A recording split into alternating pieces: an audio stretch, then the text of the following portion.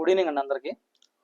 ఈరోజు క్లాస్లో మనం ఏంటంటే సెలెక్షన్ ఆఫ్ సర్వీస్ మెయిన్ గురించి డిస్కస్ చేసుకుందాం.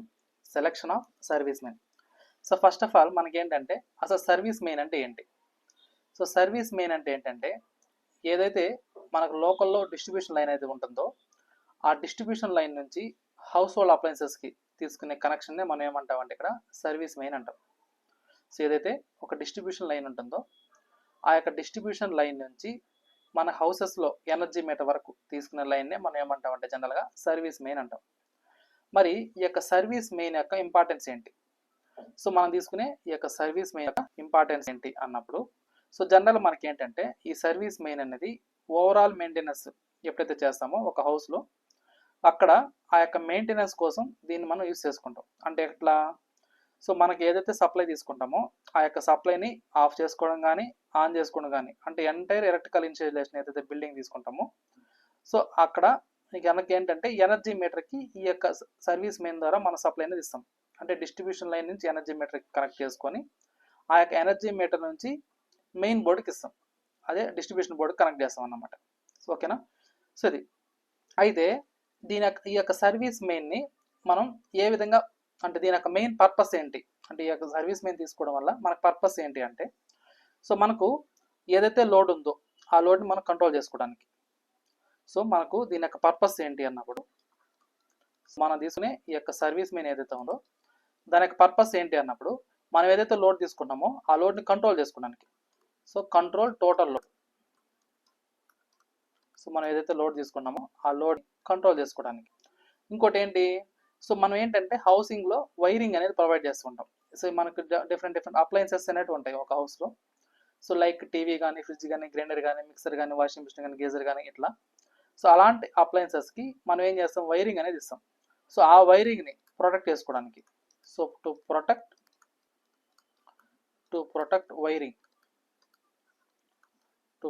Wiring and appliances.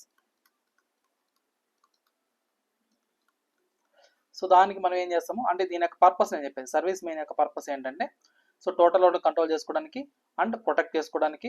ఇంకోటి ఏంటంటే ఏదైనా ఒక ఫాల్ట్ అయినప్పుడు దాన్ని ఐసోలేట్ చేసుకోవడానికి. So to isolate supply during faults. ఈ పర్పస్ కోసం మనం ఏం చేస్తాము? జనరల్గా ఈ యొక్క సర్వీస్ మెయిన్ అనేది తీసుకుంటాం. ఓకేనా? సో ఈ సర్వీస్ మెయిన్ ఎక్కడి నుంచి ఎక్కడి దాకా కనెక్ట్ చేస్తామంటే డిస్ట్రిబ్యూషన్ లైన్ నుంచి సో మనం తీసుకునే ఈ యొక్క డిస్ట్రిబ్యూషన్ లైన్ ఏదైతే ఉందో సో ఆ యొక్క డిస్ట్రిబ్యూషన్ లైన్ నుంచి సో కన్జ్యూమర్ ప్రెమైజెస్ వరకు. సో కన్జ్యూమర్ ప్రిమిసెస్ వరకు. సో ఇన్ బిట్వీన్ దాన్ని మనం ఏమంటామంటే ఇక్కడ సర్వీస్ మెయిన్ అంటాం. ఓకేనా? సో ఇది సర్వీస్ మెయిన్ అంటే. సో ఇక్కడ మరి దీన్ని ఎలాంటి ఫ్యాక్టర్స్ ఎఫెక్ట్ చూపిస్తాయి? సో మనం తీసుకునే ఈ యొక్క సర్వీస్ మెయిన్ని సో డిఫరెంట్ ఫ్యాక్టర్స్ అనేది ఎఫెక్ట్ ఉంటాయి అన్నమాట ఇక్కడ. అంటే కొన్ని ఫ్యాక్టర్స్ అనేది మనం కన్సిడర్ చేసుకోవాల్సి వస్తుంది ఈ యొక్క సర్వీస్ మెయిన్ తీసుకోవాలన్నప్పుడు. మరి ఏంటి ఆ ఫ్యాక్టర్స్ అన్నప్పుడు సో జనరల్ మనకి ఏంటంటే ఈ సర్వీస్ మెయిన్ తీసుకోవాలంటే ఫస్ట్ అది ఎలాంటి సప్లై అంటే సింగిల్ ఫేజ్ సప్లైనా 3 ఫేజ్ సప్లైనా అది తెలియాలి. సో దాంతో పాటుగా దానికి లోడ్ ఎంత కనెక్ట్ అయింది సో అంటే దాని టోటల్ లోడ్ ఎంత, దాని కరెంట్ రేటింగ్ ఎంత తెలియాలి. నెక్స్ట్ ఏంటి? అది ఎలాంటి టైప్ ఆఫ్ బిల్డింగ్ అంటే ఏ టైప్ ఆఫ్ బిల్డింగ్, అది హౌసా లేదంటే షాప్నా లేదంటే ఏదైనా ఫ్యాక్టరీనా లేదంటే ఏదైనా స్కూలా హాస్పిటలా అనేది ఐడియా ఉండాలి. సో దాంతో పాటుగా నాకేంటి కరెంట్ రేటింగ్ అనేది తెలియాలి. సో మనకు డిఫరెంట్ కరెంట్ రేటింగ్స్ అనేవి ఉంటాయి. ఓకేనా? సో అదేంటి? మనం తీసుకునే మ్యాక్సిమం లోడ్ని బట్టి దానికి మ్యాక్సిమం లోడ్ ఎంత వస్తుందో ఆ మ్యాక్సిమం లోడ్ కంటే ఎక్కువగా మనం ఏం చేస్తాం? కరెంట్ రేటింగ్ అనేది తీసుకుంటాం. ఓకేనా? సో దాంతో పాటుగా నాకేంటంటే బ్రేకింగ్ కెపాసిటీ. ఇప్పుడు ఏదైనా ఒక ఫాల్ట్ అవుతా ఉంది, ఫాల్ట్ లెవెల్ ఉంటుంది. సో దాన్ని బట్టి మనం ఏం చేస్తాం? బ్రేకింగ్ కెపాసిటీ అనేది కూడా ఎఫెక్ట్ చూపిస్తుంది అన్నమాట మనం తీసుకునే యొక్క సర్వీస్ మెయిన్. దాంతోపాటు ఏంటంటే మనం ఎలాంటి ప్రొటెక్షన్ యూస్ చేసుకున్నాం సో అంటే ఏ type of protection. So overload protection ఏమైనా యూస్ చేస్తున్నామా, షార్ట్ సర్క్యూట్కి ఏమైనా యూస్ చేస్తున్నామా, ఎర్త్ లీకేజ్కి ఏమైనా యూస్ చేస్తున్నామా, ఇట్లాంటివి. సో దాంతోపాటు నాకు ఏంటంటే ఎలాంటి టైప్ ఆఫ్ ఫ్యూజ్ టైప్ అనేది ఎలాంటిది యూస్ చేస్తున్నాం. సో రివైరబుల్ ఫ్యూజ్ చేస్తున్నామా లేదంటే హెచ్ఆర్సీ ఫ్యూజ్ ఏమైనా యూస్ చేస్తున్నామా. సో ఇలాంటివి. సో ఇలాంటివన్నీ నాకేంటంటే ఈ యొక్క ఫ్యాక్టర్స్ అనేది ఎఫెక్ట్ చూపిస్తాయి అన్నమాట మనం తీసుకునే ఈ యొక్క సర్వీస్ మెయిన్. సో ఇక్కడ నాకేంటంటే సో ఎలాంటి ఫ్యాక్టర్స్ ఎఫెక్ట్ చూపిస్తాయి అన్నప్పుడు సో ఫస్ట్ వన్ ఏంటంటే so type of supply. So ఎలాంటి టైప్ ఆఫ్ సప్లై. సో మనం ఎలాంటి టైప్ ఆఫ్ సప్లై అనేది తీసుకున్నాం. జనరల్గా సింగిల్ ఫేస్ అనుకుందాం. సో సింగిల్ ఫేస్లో మనం యూస్ చేసే వోల్టేజ్ ఎంత అంటే 230 volts. సో ఇక్కడ దీన్ని మనం కంట్రోల్ చేసుకోవడానికి మనం ఏం చేస్తామంటే ఇక్కడ సర్వీస్ మెయిన్ అన్నప్పుడు ఇక్కడ సర్వీస్ మెయిన్లో దీన్ని సింగిల్ ఫేజ్ సప్లైని కంట్రోల్ చేసుకోవడానికి మనం ఏం యూస్ చేస్తామంటే డబల్ పోల్ అనేది యూస్ చేసుకుంటాం. సో ఇక్కడ డిపి అంటారు దాన్ని. సో అంటే డబల్ పోల్. ఓకేనా, అది సప్లై అనుకుందాం. సో 3 ఫేజ్ సప్లై అన్నప్పుడు దీనిలో వోల్టేజ్ ఎంత ఉంటుంది అంటే నాకు 415 వోల్ట్స్ అనేది ఉంటుంది. సో ఇక్కడ కంట్రోల్ చేసుకోవడానికి మనం అంటే ట్రిపుల్ పోల్ కానీ లేదు ట్రిపుల్ పోల్ విత్ న్యూట్రల్ కానీ లేదు 4 పోల్స్ కానీ యూజ్ చేస్తాం అన్నమాట.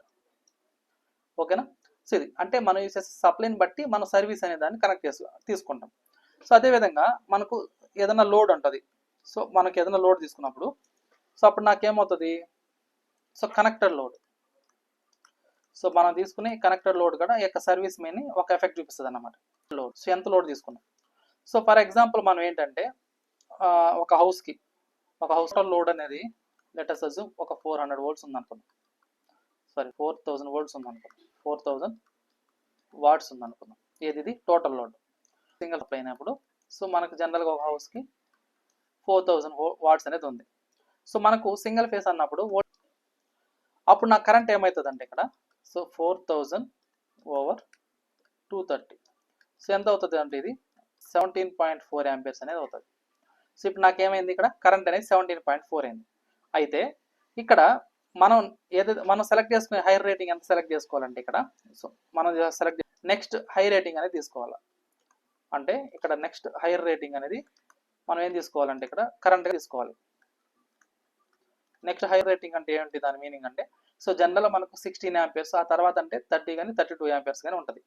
సో కాబట్టి నాకేంటి ఇక్కడ 17.4 వచ్చింది కాబట్టి నెక్స్ట్ హైయర్ రేటింగ్ తీసుకోవాలంటే మనం 13 యాంపియర్స్ కానీ లేదా 32 యాంపియర్స్ కానీ ప్రిఫర్ చేసుకోవాలన్నమాట మనం తీసుకునే ఈ యొక్క సర్వీస్ మెయిన్ అనేది. సో ఇక్కడ ఈ యొక్క సర్వీస్ మెయిన్ సెలెక్షన్ అనేది మనం తీసుకునే కనెక్టర్ లోడ్ మీద కూడా డిపెండ్ అయింది. సో మనకి కనెక్టర్ లోడ్ అన్నప్పుడు ఎంత వచ్చింది 17.4 వచ్చింది. ఇక్కడ మనం ఏం తీసుకున్నాం సో 30 కానీ 32 యాంపియర్స్ కానీ తీసుకున్నాం అన్నమాట. సో దాంతో పాటుగా నాకేంటంటే మనం తీసుకునే building so A type of building తీసుకున్నాం.